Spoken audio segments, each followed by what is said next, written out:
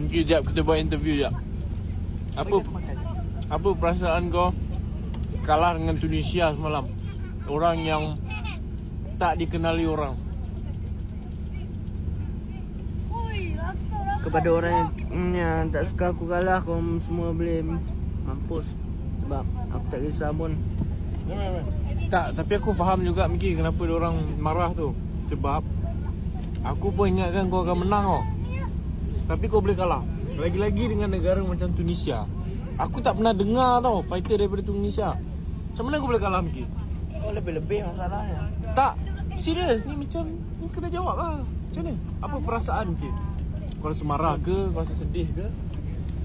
Rasa semua. Ha? Semua dalam Semua? Macam mana semua? Rasa sedih, rasa marah. Kalah tetap kalah. Memanglah kalah tetap kalah. Kau ingat apa? Kau kalah kau akan menang balik lah.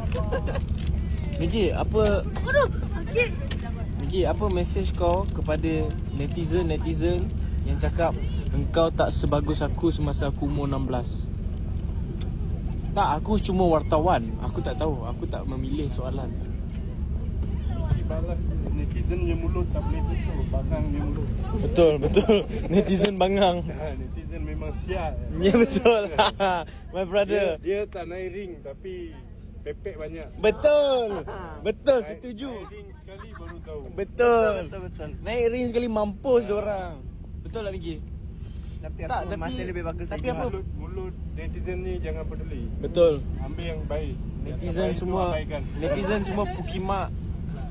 Okay Miki. Gelap apa? Okay Miki. Last but not least lah. Apa harapan kau untuk masa depan? Kau nak pencen ke? Sebab bagi aku kan. Semalam aku dah pencen dah. Tak. Jawab lu. Dia lagi nak pencet. Jangan Miki. Tak, sebab bagi aku kan. Kalau aku lah. Lebih-lebih bodoh. Kalau aku sebagai wartawan. Aku nak cakap apa kau? Tak, sabar Cakap dulu banyak, aku. Abang. Aku nak bagi aku punya pendapat. Kalau aku sebagai wartawan kalah dengan Tunisia macam kau kalah semalam, aku pencen terus tau. Aku tukar sukan. Kau nak buat apa next?